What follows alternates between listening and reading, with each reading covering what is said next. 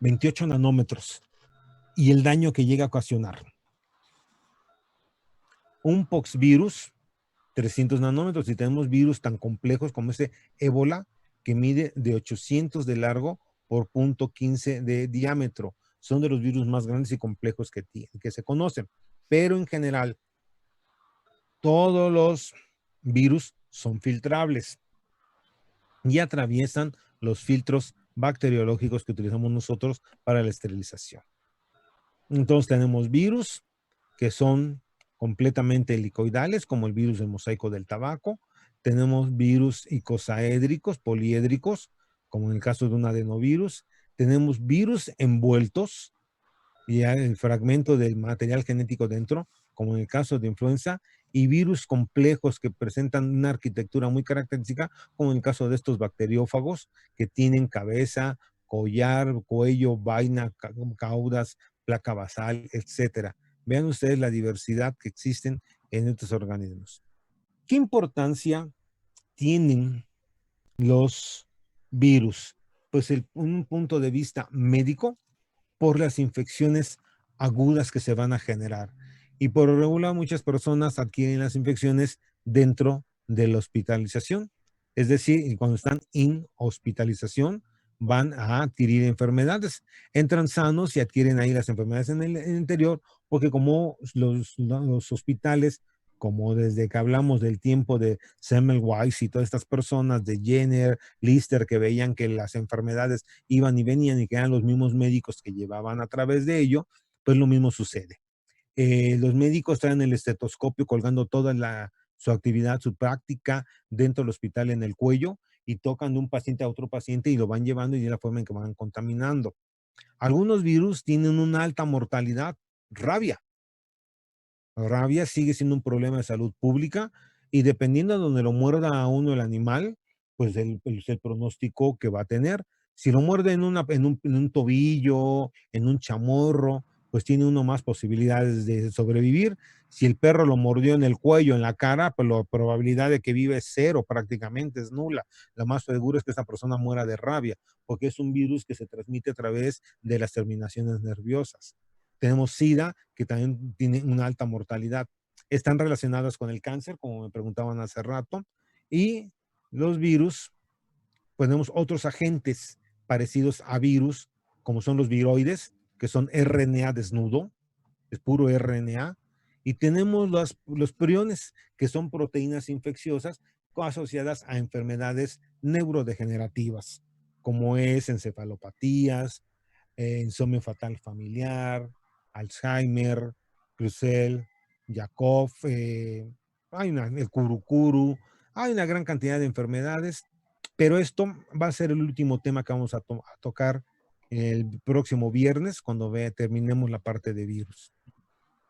Entonces, después de esta hora que llevamos prácticamente platicando, vamos a definir qué es un virus.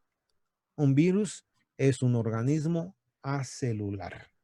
Es decir, no es una célula como tal, pero es un organismo intracelular estricto u obligado.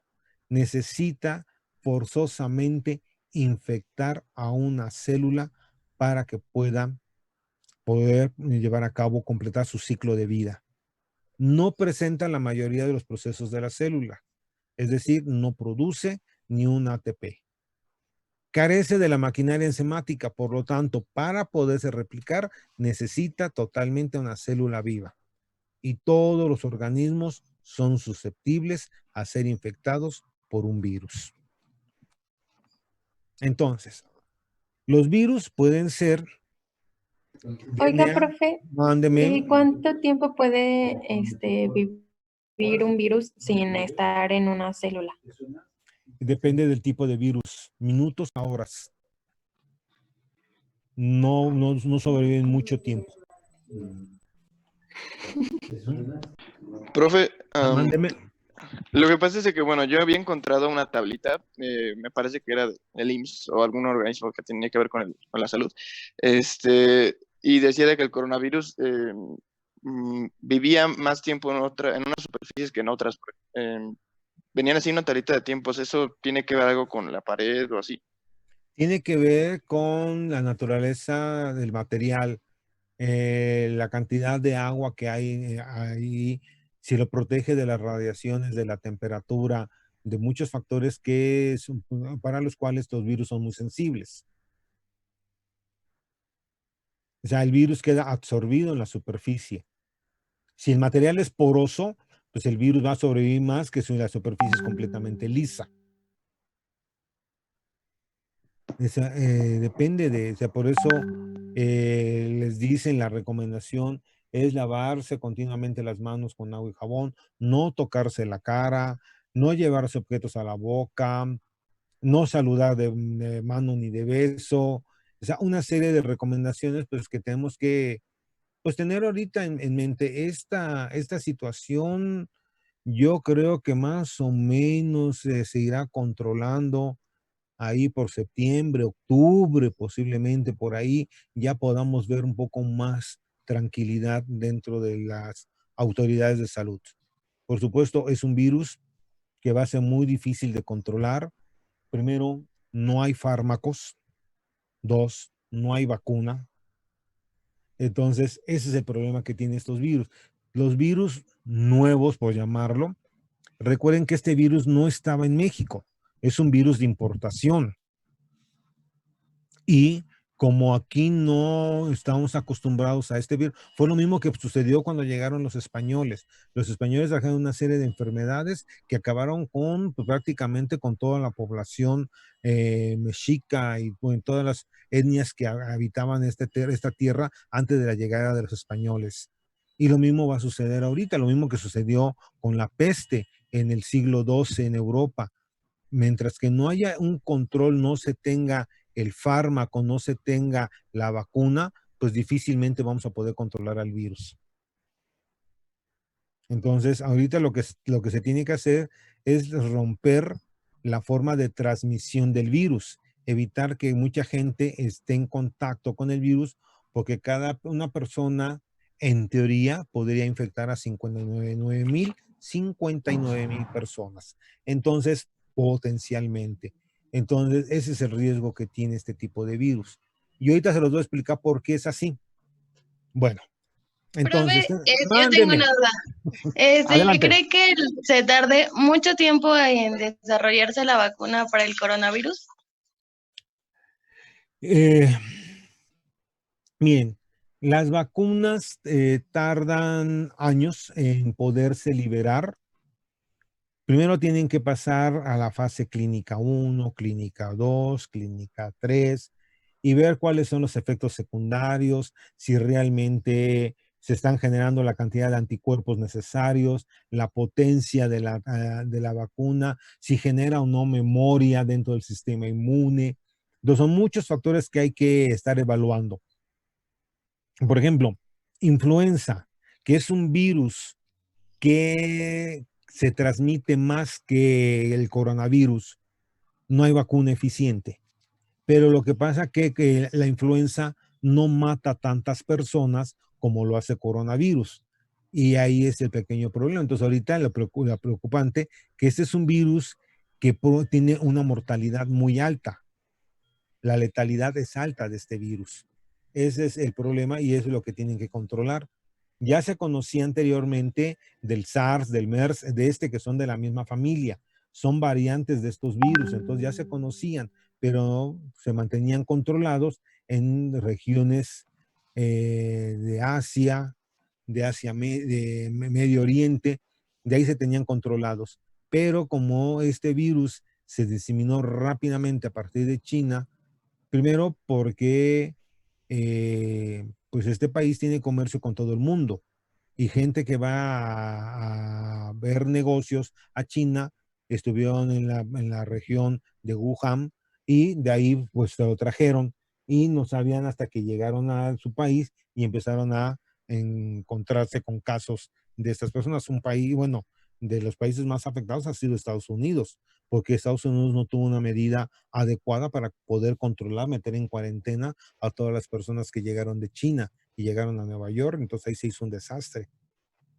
Entonces, un país que más o menos ha controlado esto ha sido Alemania, pero de todas maneras tiene una gran cantidad de muertos. Entonces, pues son países que tienen un dineral impresionante y que pues hasta ahorita no han dicho ya tenemos un protocolo de una vacuna que parece que está funcionando.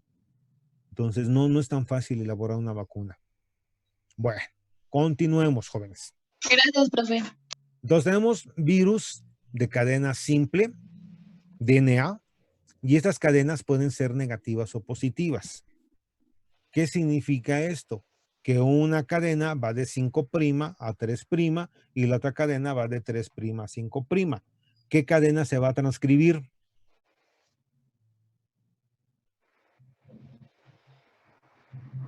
La de 3', 5'.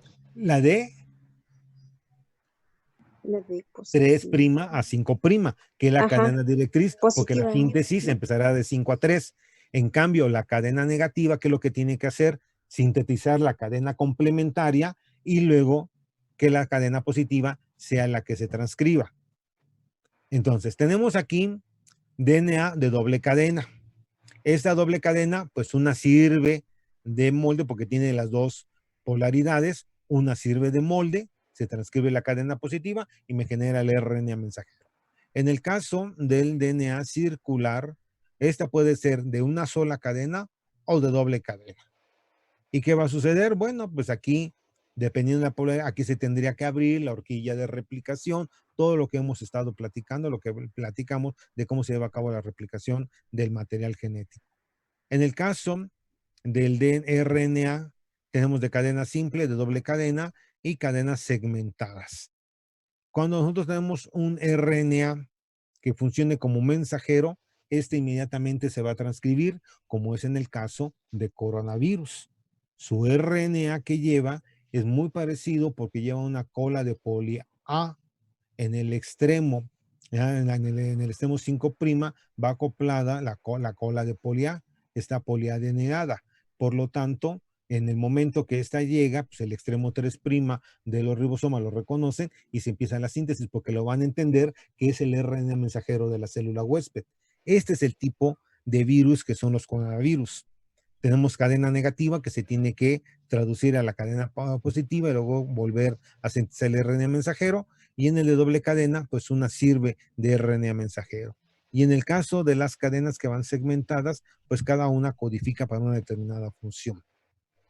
La función de la cápside es proteger al ácido nucleico, principalmente contra la desecación y contra la acción de las enzimas propias de la célula que están infectando.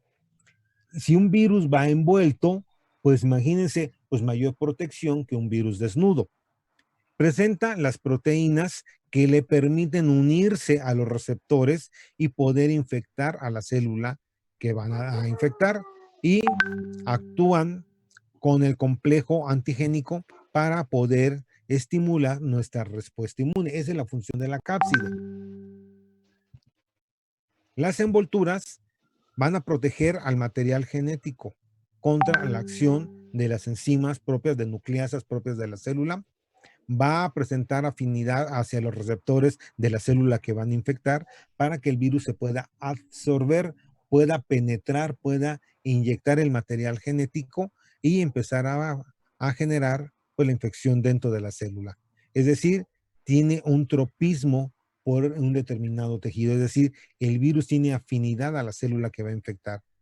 Tiene una capacidad antigénica, ya que pues, nosotros lo reconocemos como propio y estimula a nuestra respuesta inmune para producir anticuerpos que van a neutralizar al virus. Ahora, los virus presentan dos etapas dentro de su ciclo. Una, la etapa extracelular, donde recibe el nombre de virión. Virión es la parte infectiva del virus. Este virión metabólicamente es inerte. Lo único que lleva el virión es su ácido nucleico protegido por una proteína para poderlo introducir a la célula que va a infectar. Esa es la función del virión, es la partícula infectiva. La parte intracelular, aquí le vamos a denominar virus. Esta se localiza dentro de la célula y la célula está utilizando toda su maquinaria enzimática para que el virus se pueda replicar. El virus induce que el metabolismo de la célula que infectó sintetice todos los constituyentes del virus, del nuevo virus que van a hacer.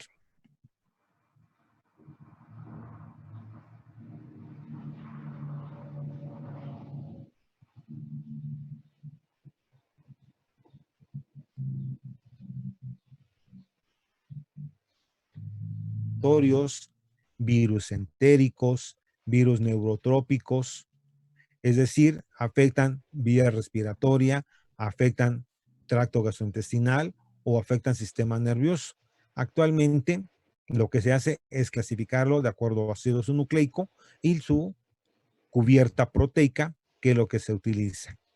Existen diferentes órdenes virales y tenemos familias, subfamilias, géneros y especies. Entonces, tenemos aproximadamente 30,000 virus que se agrupan en 3,600 especies, 164 géneros y 71 familias de virus. O sea, realmente pues son mucho menos que bacterias, pero el daño que llegan a provocar es muy grande. Aquí tenemos los virus RNA.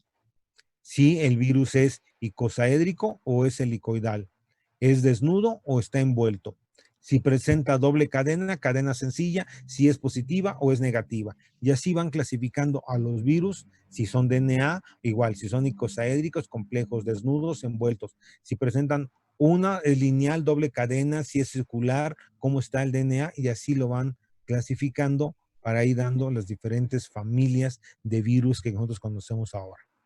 Familias Reo, Virna, Calci, Picorna, Flavi, Toga, Retro, y nada más le van poniendo la palabra virus. Reovirus, Virnavirus, Calcivirus, Picornavirus, Flavivirus, Togavirus, Retrovirus, coronavirus. Aquí están. Los coronavirus son RNA. Aquí se encuentra en la familia de los RNA y aquí está el diámetro miden entre 80 y 160 nanómetros y el tamaño del cromosoma va desde 16 a 21 kilopares de bases, es lo que forma parte de estos virus coronavirus. Entonces, la clasificación de los virus es cadena de DNA positiva, se utiliza como molde y me sintetiza el RNA mensajero, son la familia, los virus de tipo 2. Los virus tipo 1 son aquellos que tienen RNA que inducen a un DNA la cadena complementaria y esta cadena complementaria lo que va a hacer es transcribir el RNA mensajero. Los tipo 3 son doble cadena de RNA y se utiliza la cadena positiva como RNA mensajero. Los tipo 4 son RNA, cadena positiva pasando a negativa para sintetizar la complementaria que va a ser el mensajero. Las tipo 5 son RNA de cadena negativa que se transcribe para formar la cadena positiva de RNA mensajero. Y los últimos son los retrovirus que van de RNA a DNA, de DNA doble cadena y de doble cadena se transcribe el RNA mensajero. Así se clasifican actualmente los virus en 6 grandes grupos. ¿Cómo se lleva a cabo la replicación del virus? Bueno, tenemos nosotros en la superficie de la célula un receptor, una glicoproteína. Aquí vienen las partículas, los peplos o los peplómeros del virus que reconocen por complementariedad al receptor de la célula y empieza la unión del virus. Los virus pueden penetrar directamente dentro de la célula o bien a través de una endocitosis, es decir, la célula huésped envuelve al virus, lo transporta al interior. Estos virus que son desnudos, por lo regular se van a desnudar, valga la redundancia, en el citoplasma y los virus envueltos se desnudan hasta llegar al núcleo, dependiendo del tipo de virus. Estos virus que reconocen la superficie son transportados a través de una pequeña vesiculita y en el interior se fusionan las vesículas con la membrana nuclear para que pueda pasar la información genética. Y los virus envueltos también pueden fundirse las membranas, ambas membranas, y solo pasa la cápside al interior con la información genética. Entonces, hay diferentes formas de que se puedan llevar a cabo la replicación del virus. Entonces, la replicación es un proceso por el cual la célula, ya sea bacteriana, procariótica o la eucariótica, va a sintetizar partículas virales para formar nuevas partículas infectivas que van a salir a infectar a las células. El virus viene, reconoce, se forma una invaginación de la membrana. Aquí viene la penetración. Este es un virus que está haciendo penetración directa porque luego inyecta el material genético. Este material genético va a acoplarse directamente a las cadenas, a los ribosomas para la síntesis de proteínas y se empiezan a sintetizar las proteínas tempranas del virus. Proteínas que van a tener actividad de RNA polimerasas, de enzimas que intervienen en la replicación del material genético y que van a ayudar a obtener N copias de el material genético. Este material genético que se ha copiado, ahora con las proteínas que se han sintetizado, empezarán a englobarlo para formar otro virus nuevo. Aquí está, el virus se está generando, está formando un provirión, este se va a madurar, vendrá el virión, ya una partícula infecciosa, y se liberará al ambiente para poder infectar de nuevo una célula. Dentro de la célula se pueden producir millones de partículas virales y estas partículas virales pueden estallar la célula, la lisan, o a la hora de que salen se llevan un pedacito de membrana para que el virus sea envuelto y sobreviva a condiciones ambientales. Entonces, la replicación es un proceso donde se van a llevar a cabo la síntesis de los ácidos nucleicos y de todas las proteínas virales. La replicación se produce en el núcleo o en el citoplasma, dependiendo de si el virus es DNA o RNA. Los virus RNA se replican por lo general en el citoplasma y los virus DNA se replican en el núcleo. Hay sus excepciones, les digo. Por ejemplo, viruela, que es DNA, se sintetiza en el citoplasma y el virus del SIDA, que es RNA, se sintetiza en el núcleo, pero son las excepciones a la regla. La síntesis de la proteína de las cápsides siempre se lleva a cabo en el citoplasma. Después de esto viene el ensamblaje, los capsómeros empiezan a envolver al virus, al material genético para formar la partícula viral y viene este procesamiento proteolítico donde el virus ahora de ser completamente no infeccioso es transformado, las proteínas se modifican, se glicosidan, cualquier otra actividad que se vayan a hacer y ahora ya tenemos una partícula nueva para poder infectar. Hay otros tipos de maduraciones, por ejemplo, se les elimina el ácido ciálico, o sea, las enzimas, la neuraminasa, las hemaglutininas, les van a hacer modificaciones para que el virus pueda infectar. Profe, que si deje entrar a un compañero a la clase, por favor. Ya estaba Pablo hace rato, ya se salió. Es Bueno. que se apagó su computadora. Bueno. Entonces, ¿qué enzimas presentan los virus en su cápside? Los virus van envueltos, tal DNA o RNA, envueltos por una proteína que se llama cápside. Y dentro de la cápside van a llevar ciertas enzimas que le permiten asegurar que el ciclo viral se va a llevar a cabo. Por ejemplo, encontramos polimerasas. ¿Para qué? Para sintetizar DNA y RNA. Entonces tenemos DNA polimerasa dependiente de RNA, a lo cual se llama transcriptasa inversa en el caso de los retrovirus. Nucleasas, ¿para qué? Para cortar el ácido nucleico de la célula eucariótica o la célula que ha infectado y el material genético se puede incorporar al material de la célula huésped. En el caso de los virus que infectan a bacterias, contienen una enzima llamada lisozima, que lo que va a hacer es romper los enlaces de la peptidoglicana para favorecer la entrada del DNA adentro de la célula, porque el DNA no podría atravesar la pared celular.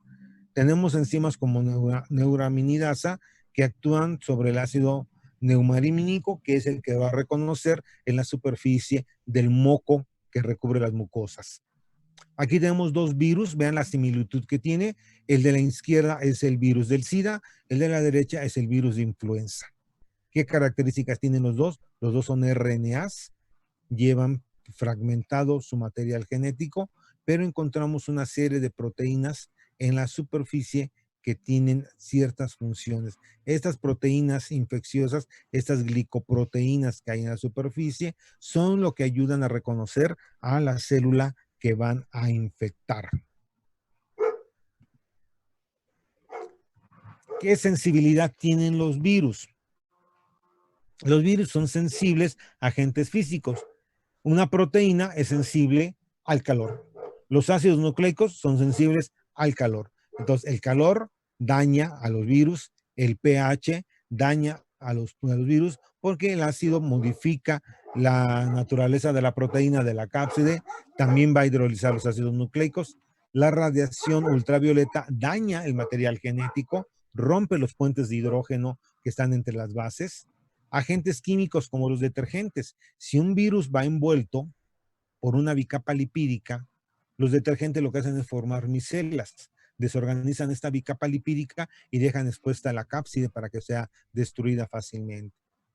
Hacia proteasas, porque como la cubierta del virus es proteína, pues la proteasas hidrolizará la parte de la cubierta. El fenol es un compuesto altamente tóxico, pero que tiene afinidad por las proteínas. El cloro como agente oxidante y en el caso de virus envueltos, pues todos los agentes químicos que vayan sobre la membrana. Los virus, de nuevo, no son sensibles a antibióticos. Entonces lo que se utilizan son compuestos que se llaman quimioterapéuticos de síntesis, a los cuales se llaman antivirales. Estos antivirales, por lo regular, son análogos de bases nitrogenadas, compiten por el sitio de unión con la base nitrogenada, lo cual impide que la cadena del ácido nucleico se complete o inhiben la acción de la RNA polimerasa o la acción de enzimas que tienen que ver con la transferasa del glutamil para formar el RNA mensajero. Entonces detienen la síntesis de RNA mensajero. En fin, eso es lo que hacen los antivirales que se utilizan y que se les da el tratamiento que están probando actualmente con el tratamiento de coronavirus con otros antivirales que se han utilizado como contra ébola u otras enfermedades. Son sensibles al interferón. ¿Qué es el interferón? El interferón es una sustancia, es un péptido que la célula que esté infectada la produce. Pero el virus cuando infecta una célula hace que se sintetice el interferón. ¿Para qué lo produce la célula? Porque un virus que ha infectado una célula no quiere que llegue otro virus. Por lo tanto, produce una sustancia que impide que otros virus puedan infectar a esa célula que ya está infectada. Entonces, cuando se descubrió este interferón, se empezó a sintetizar de forma artificial y fueron las primeras terapias que se dieron con interferón para contrarrestar algunas infecciones virales y que actualmente están dando tratamiento con interferón para evitar que este virus se siga diseminando. Entonces, los virus son agentes infecciosos de una gran cantidad de enfermedades y estas enfermedades pueden desencadenar en la muerte. O bien, son transmisores de herencia. Herencia que puede hacer que uno gane información genética que no tenía antes y que puede ser benéfica, poco estudiado. Pero la parte perjudicial, lo que nos provoca en estos virus, es que al introducir material genético a nuestra información celular, esta salga de la regulación del control y nos pueda producir lo que conocemos como cáncer. Tenemos virus animales, por ejemplo, que le infectan a humanos: viruela, varicela, parotiditis, rubiola, polio, hepatitis, influenza, rabia, herpes simple, herpes zóster, sarampión, virus respiratorios, sida, encefalitis, fiebre hemorrágica, citomegalovirus que está acostumbrado a diarreas, rotavirus que también para diarreas, etc. Si ustedes ven, tenemos una gran cantidad de virus que nos pueden provocar daño. En mamíferos, cólera de los cerdos, el moquillo canino, la rabia, la encefalitis equina. En aves, peste, la viruela de los pájaros. En peces, la viruela de las carpas. Tenemos virus del mosaico del tabaco, del pepino, de la coliflor, del tomate, de una gran cantidad de plantas que van a estar provocando y virus que infectan a bacterias llamados bacteriófagos porque digieren a los virus. Entonces, los virus, se han clasificado de acuerdo a la afinidad que tienen, digamos, dermotrópicos, es decir, que tienen afinidad por la piel, rubiola, sarampión, herpes, verrugas, molusco contagioso. Las verruguitas que salen alrededor del cuello por el roce de los cuellos de la ropa, de la camisa, porque utilizamos escapularios, porque utilizamos cadenas, esos van rozando la piel y van haciendo que se transmitan a través de toda la orilla del cuello. Entonces le van saliendo las verruguitas a esas alrededor del cuello. Tenemos hepatotróficos, es decir, que tienen afinidad por el hígado, hepatitis, A, B, C, D, E, enterovirus, rubiola. Tenemos virus que afectan el sistema respiratorio, influenza, reovirus, adenovirus, rinovirus, paramyxovirus, coronavirus, rubiola, paperas. Virus que afectan el sistema nervioso central, neurotrópicos, rabia, encefalitis, polio, herpes. Virus que van a estar afectando el tracto gastrointestinal. Tenemos nosotros enterovirus, rotavirus, astrovirus, adenovirus, hepatitis, polio, etcétera. Y aquí presentamos algunas imágenes. Vean, esta es la viruela, es un virus dermotrópico. Esta es una enfermedad que la Organización Mundial de la Salud ha declarado que está erradicada a través de la vacunación. Pero vean las pústulas que le salen a los niños, a las personas que se infectaban. Esto podía llevar hasta la muerte a las personas o les dejaba secuelas muy graves, les dejaba prácticamente perforada la cara, las cicatrices que les quedaban en la piel eran muy grandes. Este es un adenovirus, aquí se ven las vesiculitas que salen en las glándulas adenoides y por eso salen estas, como en el caso de sarampión. Aquí tenemos la rubiola, esto es un virus que es exantemático, crece en la piel, esta es la secuela de polio y este es un papiloma. Este es un niño recién nacido que tiene un papiloma en la región perianal. Este niño pues fue contaminado por sus padres. De seguro, lo más seguro es que la mamá no sabía que el hombre estaba infectado, la infectó y salió ya como consecuencia el bebé, una criatura sin deberla ni temerla, ahora está infectada con un problema, pues sabemos que papiloma está asociado a cáncer. Tenemos virus que van a afectar el sistema genitourinario, herpes, papiloma, retrovirus y virus que pueden ser transmitidos por algún artrópodo, por insectos que pueden provocar, por ejemplo, los flavivirus, son todos aquellos que durante su desarrollo las personas desarrollan ictericia, es decir, que se ponen amarillos. La fiebre amarilla, el dengue, todos estos virus están dentro de esta familia. La clasificación, ya para terminar esta Profe, parte, una mándeme. pregunta. Ahorita que habló de los virus transmitidos por los artrópodos, ¿el dengue y la malaria qué son? ¿También son virus o son bacterias o qué son? Dengue, sí. Dengue es un virus que provoca, hay dos variantes, dengue hemorrágico y dengue no hemorrágico. Y la malaria es un protozoario. Es un protista que se transmite a través de la picadura. Ahora, los moscos que lo transmiten son completamente diferentes.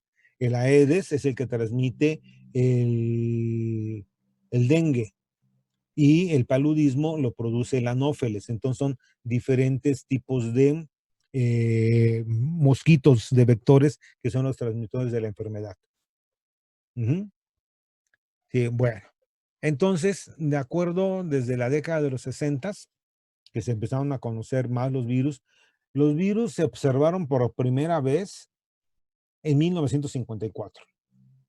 Es decir, hace 60 y ¿qué? Casi 70 años, ¿no? 60 y tantos, 66 años más o menos, que se observó por primera vez un virus. Es más o menos de la edad de sus abuelitos. Más o menos es la primera vez que vieron un virus. Imagínense ustedes esto cómo está.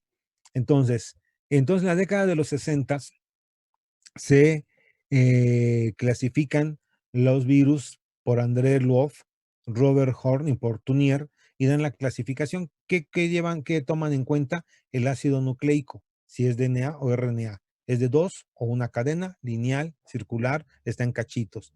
La característica de la cápside es helicoidal, icosaédrica, compleja. el número de capsómeros, si presenta o no presenta envoltura, el tamaño del virión, es decir, de la cápside, la sensibilidad a los agentes químicos, la replicación se sintetiza, se replica en el citoplasma, en el núcleo, dónde, y si presenta o no la enzima transcriptasa inversa. Esos fueron los criterios que se siguen hasta el día de hoy para la identificación de los virus. Entonces, les voy a comentar esto y pues lo vamos a dejar y lo continuamos el siguiente viernes. Los virus pueden llevar un ciclo lítico. El ciclo lítico es producir miles de copias, millones de copias virales de viriones capaces de infectar otra célula. Y esto va a llevar a la muerte celular, va a matar a la célula porque la célula se va a dedicar a producir puras partículas virales. Hay una infección abortiva, estos virus son defectuosos, no se logra completar el ciclo, pero el virus puede quedar ahí atrapado dentro del cuerpo. El virus, el ciclo lisogénico, llega a la infección, pero no hay aparentemente ninguna alteración dentro de la célula. Y cada vez que la célula se divide, pasa la información de la célula madre más la del virus a la progenie. Así como veíamos cómo se dividían y pasaban las copias de los plásmidos de una célula a la otra, más o menos sucede lo mismo aquí con los virus. Ahora, estos virus que están insertados dentro del material genético están en un estado de profago. El virus está temperado, es decir, no se está expresando y en la célula se le dice célula lisogénica. Le vamos a dejar aquí la siguiente clase. Les voy a dar las etapas del ciclo lítico y del ciclo lisogénico y vamos a ver la relación que tiene con los diferentes virus, lo que puede hacer el virus dentro de los organismos. No sé si tienen más preguntas Yo hasta sí. ahorita. Yo ¿Qué sí, pasó? pero tengo una, que si el tamaño del virus influye en su multiplicación viral, así que se multiplique más rápido que otro. O sea, No. porque comparó dos virus, unos que tienen más proteínas externas que otras y así. Entonces, No. No, depende de la complejidad del virus, depende si los RNA se replican rápidamente, los DNAs no. Los virus DNA son más lentos en replicarse. Un virus DNA tarda entre 24 a 48 horas en completar un ciclo. En cambio, los virus RNA se está hablando de 4 o 6 horas, ya se está completando el ciclo. Entonces, depende del tipo de virus que es. gracias. Eso depende de la talla del molecular, el que tanto pesa su ácido nucleico. De eso sí, no del tamaño del virus. No. Depende del número de genes que se tienen que transcribir. Pero llevan muy poquitos genes, muy, muy pocos genes. ¿Sí? ¿Alguna otra pregunta?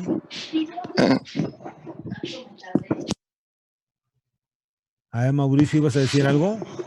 Sí, pero creo que otra persona iba antes, es que alcancé a escuchar algo antes de mí. A ver, ¿quién fue que habló antes de Mauricio?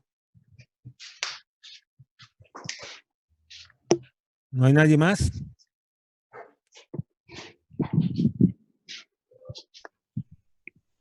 Ahora sí, Mauricio, pues nadie contesta. Bueno, es que yo le quería preguntar. sobre Ya ahora sí. O No, decir, adelante. A ver, ¿quién va a hablar? Gaby, Llama o habla. Bueno, quería preguntarle si se podía considerar, por ejemplo, por un lo cual antiviral. te hacen como, por lo cual o decídanse ya. A ver, no sé quién es, creo que es Gaby, pero adelante. Es que es la señal, creo. Creo que se le va el internet. Mejor que lo escriba y ahorita lo Sí, leemos. que haga Gaby, haz la Yo pregunta lo escribo. por el chat y que alguien la lea. Ahora sí, a ver, Mauricio. Bueno, quería preguntarle si un antiviral podría ser considerado como una cura, porque ya ve que ahorita se está probando en China y de hecho ya se probó en México el Remdesivir y ya dio positivo a que pues curaba el COVID, o bueno, lo quitaba. No, el Remdesivir es un fármaco que está diseñado contra ébola. Remdesivir lo que hace es inhibir a la RNA polimerasa, es decir, que no se pueda tener la copia del RNA, no hayan más copias de RNA. Eso es lo que está haciendo. Es un fármaco que utiliza para ébola y que lo han probado contra coronavirus, nada más. Pero el problema de Remdesivir es un antiviral que provoca daño en el hígado y en riñón. Entonces, así como que se curen, no. Lo único que hacen es detener el ciclo viral para que el sistema inmune pueda interactuar y tratar de controlar al virus dentro del organismo. Esa es la función de los antivirales. ¿Alguna otra pregunta? Ahora sí, ya Gaby la hizo, ya le escribió. Pablo, ¿ibas a decir algo? Sí, tengo una duda. ¿Qué tan cierto es esto de que el dióxido de cloro cura el coronavirus? El dióxido de cloro es un agente altamente oxidante. Se utiliza mucho dentro de la industria alimentaria porque elimina una gran cantidad de microorganismos patógenos. Por supuesto, el virus va a ser eliminado con el dióxido de cloro en las superficies, en las mesas, en las bandas transportadoras, en los pisos, pero no le vas a meter dióxido de cloro a un humano porque lo matas, así como hizo Trump, que dijo que se metiera no sé qué desinfectante. Hubo un montón de gente en Estados Unidos que lo hizo y se intoxicó. No, el dióxido de cloro es muy buen agente, es muy amigable con el ambiente, es más potente que el hipoclorito de sodio, pero se utiliza en superficies inertes. Ok. Para desinfectar baños, pisos, cocinas, lo que quieras, pero no puedes aplicarlo a un humano porque lo matas. O sea que vendría siendo lo mismo que aplicarnos Lysol o cloro. Exactamente, que lavarte con jabón perfectamente las manitas y alcohol. Okay. Profesor, hay una pregunta en el chat. Sí, a ver, Dice, dile. profe, en la foto del principio somos más virus que células humanas. ¿Se tiene una teoría que puede ser el porcentaje de desconocido? Bueno, ahí en el desconocido pueden estar ahí protozoarios, hongos, otro tipo de organismos que tenemos nosotros. Y otros que ni se saben qué son. ¿Sí? Pero sí, es impresionante esa fotografía. Es de llamar mucho la atención. Todo lo que es el metagenoma, todo lo que tenemos nosotros de información genética, la mayoría no corresponde a nosotros. Proviene de otros organismos que viven en simbiosis con nosotros o hemos estado en contacto con ellos. Pero, ¿cómo saben, cómo saben que cierto, por así decirlo, cachito de genoma pertenece a virus y luego a bacterias? Por secuencias. Lo que se hace es la secuencia, se hacen alineamientos, hace una secuencia y hay una serie de genes en GenBank, y entonces ven que estas secuencias altamente conservadas se encuentran en un determinado grupo de organismos y dicen esto es de una gamma proteobacteria, esto pertenece a una delta proteobacteria, esto pertenece a un clostridial, y así lo van haciendo por medio de análisis genéticos. Porque muchos de estos genes que nosotros tenemos ni siquiera sabemos de qué son, qué hacen en nuestro cuerpo, muchos ni se expresan, pero ahí los tenemos. Ok, gracias. Nada. Hay más preguntas, profe. A ver. Dice, Ajá. Adelante, sí. Dice, profe, ¿usted qué tan viable ve que se haga una vacuna contra COVID considerando la facilidad con la que el virus muta? Van a hacer una vacuna eficiente para contrarrestar el serotipo más común, que es lo que se hace, que es lo mismo que hacen con papiloma.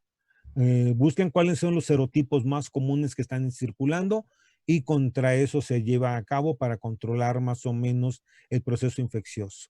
Y la vacuna, si bien nos va a estar por ahí por el 21, 22, estará la vacuna ya disponible, no antes. Aunque van a pasos agigantados, las vacunas no se liberan tan rápidamente por los efectos adversos que pueden tener a la salud a quien se la van a aplicar. Entonces tienen que ver que realmente son seguras y que no provocan ningún daño al organismo. Ok, profe. Gracias. La otra pregunta es, ¿por qué los animales no son portadores del coronavirus? Ah, no, sí. Hay un montón de animales que son portadores. Es más, el hombre es un reservorio. Nosotros no somos realmente el depositario de estas enfermedades, sino están infectando a una gran cantidad de aves principalmente, de donde los encontramos. Es que estos virus son zoonóticos. ¿Qué significa? Que se transmiten entre animales y humanos. Y sabemos que hay diferentes grupos de coronavirus, alfa, beta, gamma, delta, o sea, el abecedario griego. Y los alfa y los beta son capaces de infectar a los mamíferos. Y mientras que los gamma coronavirus y los delta coronavirus solo infectan a pájaros. Entonces, así se han descrito, pero también se ha observado que de estos gamma coronavirus y el delta coronavirus, que son de aves exclusivamente, han afectado a mamíferos. Y así se han pasado algunos, por ejemplo, en el caso del murciélago, que es un mamífero, que es el reservorio de este virus, es donde está mutando el virus y es donde está pasando hacia el humano y es donde empezamos a tener problemas nosotros. Y hay 6 especies de coronavirus que son los que nos están afectando a nosotros principalmente. Pero, o sea, ¿por qué los animales no se están muriendo entonces? Porque ellos nada más sirven de intermediario entre uno y el otro. Lo que pasa es que cuando llegan a nosotros, nosotros no somos el huésped del virus. Nos llega por accidente y ese es el momento en que nosotros pues no tenemos el mecanismo de defensa porque no hemos estado en contacto con ellos y es como nos afecta. Cuando nosotros, les decía, nosotros desde que nos levantamos tenemos un bombardeo de millones de virus todos los días, pero nuestro sistema inmune nos protege. Cuando nosotros estos virus llegan a través del tracto respiratorio, como son todos estos virus COP que nos están afectando, y no solo es el 19, tenemos el 229E, el OC43, el NL63, hay una gran cantidad, es donde nos provocan infecciones en vías respiratorias y principalmente en niños y adultos. Pero tenemos también el MERS, que es el causante del síndrome respiratorio de Oriente Medio, y este MERS se encontró en un camello, el virus. Entonces del camello brincó al hombre. Y en el caso del SARS, que es el otro virus, otro coronavirus, que también se encontró en un felino, me parece, en un gato, y de ahí pasó al hombre. Y así encontramos una gran cantidad de virus que han llegado al hombre, pero por accidente, porque los reservorios naturales son otro tipo de animales, no nosotros. De hecho, ya también se ha reportado, por ejemplo, en el zoológico del Bronx, tienen un tigre de Bengala que ya tiene COVID, coronavirus, ajá. Pero no es es solamente portador, nada más es un portador, ¿sí? Y no desarrolla la enfermedad, exactamente. Estos animales quedan como portadores y nunca van a desarrollar enfermedades. Profe, pero que sean portadores, ¿significa que no lo pueden transmitir o sí? Porque No. había habido también un caso de un gato que resultó que tenía coronavirus. Entonces me pregunto si el gato se lo pueden transmitir al humano. Sí, sí. Por eso son zoonóticos, porque brincan de los animales al hombre. Y ahí es el problema. Cuando llega a nosotros, manifestamos la enfermedad. Por eso le digo, una persona, un humano puede ser asintomático, tener un portador, no estar desarrollando la enfermedad, pero esa persona va a ser capaz de infectar a más personas. Ahora no significa que vamos a salir a matar a perros y gatos a la calle, no. porque no, tampoco lleguemos a esos extremos. Hay que proteger la vida animal. Gracias, profe. Profe, la siguiente pregunta es de Gaby y dice que los plásmidos se pueden unir al DNA de los virus, ¿es por eso que mutan? No, son cosas diferentes. Los plásmidos, recuerden que es material genético autorreplicativo y en cambio los virus sí se pueden replicar parte del material genético en la célula, pero necesitan que infectar a la célula. Entonces, no, son cosas completamente diferentes. Es decir, que un plásmido no puede entrar a un virus. O sea, por sí solo, pero sí podría No, hacerse tal vez por por ingeniería ingeniería genética. genética, sí. Ah, ok. Como Pero les puse por el ejemplo de la naturalmente vacuna. no. No. Entonces, ¿cómo es que mutan, profe? Lo que pasa que los que son organismos RNA son muy inestables. Son los que tienen la tasa de mutación más alta. Los virus DNA son más estables y son los con los cuales se han hecho vacunas seguras, viruela. Entonces, esos virus sí se pueden mantener controlados por medio de vacunación, porque no mutan tanto, son más estables. Y si son doble cadena, más estables que si son cadena sencilla. Y si los RNA, y aparte están fragmentados, van en cachitos el RNA, esos son difíciles, esos mutan demasiado, como influenza. Entonces, como podríamos decir coronavirus. que la mutación está en función de la estabilidad. Sí, sí. Ok, gracias.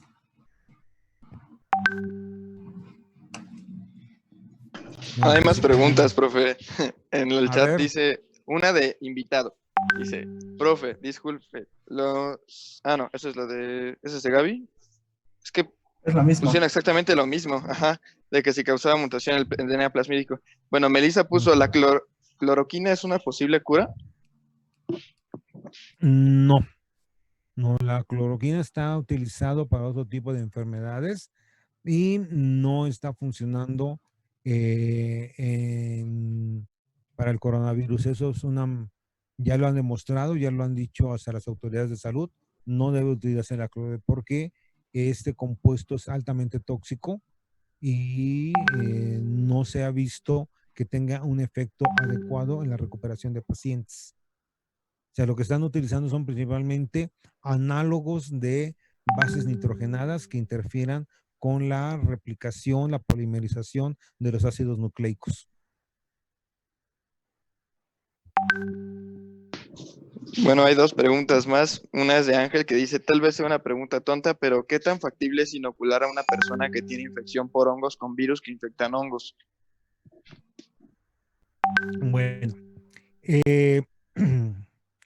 no está tan descabellada la idea, porque los virus que van a infectar a otro tipo de organismos como bacterias, hongos, pues solo infectan a los hongos o a las bacterias.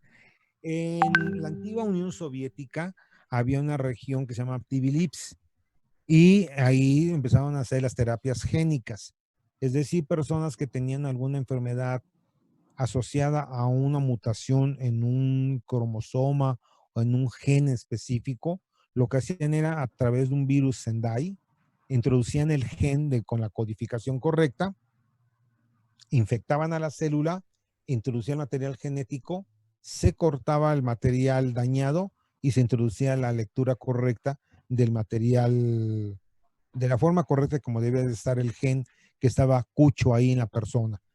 Y se empezó a utilizar, entonces era una terapia génica, pero a la desaparición de la Unión Soviética, yo imagino que todavía han de seguir estudiando eso, haciendo ese tipo de estudios, pero es algo que no se ha investigado a profundidad, pero es una teoría con la cual se puede curar ciertas enfermedades a través de una terapia génica.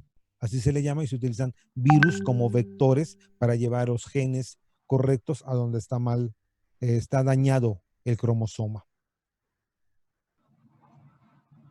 ¿Qué otra pregunta? Denise pregunta, profe, ¿cuál es la acción de los priones? ¿Cuál es qué? La acción de los priones.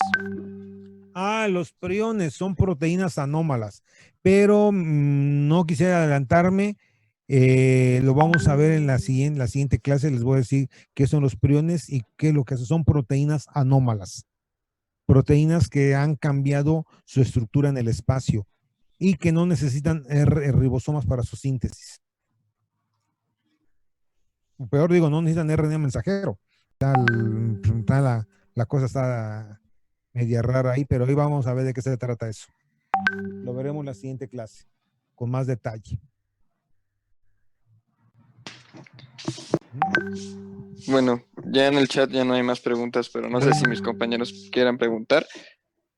No, ya no. Bueno. Es que, bueno, yo nada más quería preguntarle una cosa. Eso sí es como de suposición. Bueno, ya ve que inicialmente decían que según el coronavirus había sido causado, bueno, esta epidemia porque una persona comió un murciélago en un mercado de mariscos y no sé qué tantas cosas, pero a la vez también hay otra teoría de que según esto fue creado en un laboratorio chino. Bueno, mis preguntas es, ¿usted qué piensa si es una o la otra? Y la segunda es si de verdad se pueden crear un virus, o sea, se puede modificar. Bueno, de que se pueden modificar, se pueden modificar. Eso a través de ingeniería genética, nosotros podemos modificar los virus. ¿Con qué fin? Pues de investigación. Por bioética, pues nosotros no podemos hacer una guerra biológica ni estar provocando daño de esa forma intencional. Hay muchas noticias equivocadas en las redes en donde pues piensan que los chinos hicieron toda esta barbaridad. No, miren, el virus habita de forma natural, ya les habíamos dicho que hay muchas especies en la naturaleza donde el virus tiene sus reservorios y ahí vive el virus, es la función, estar perpetuando su especie. Cuando el virus pasa a una nueva especie, adquiere esta virulencia y empieza a matar a su huésped. Lo más seguro es que por los hábitos alimenticios que tienen los orientales, no solo los chinos, sino los orientales en general, que se comen las cosas crudas, que todo lo que vuela, camina, tenga patitas, antenas, es comible.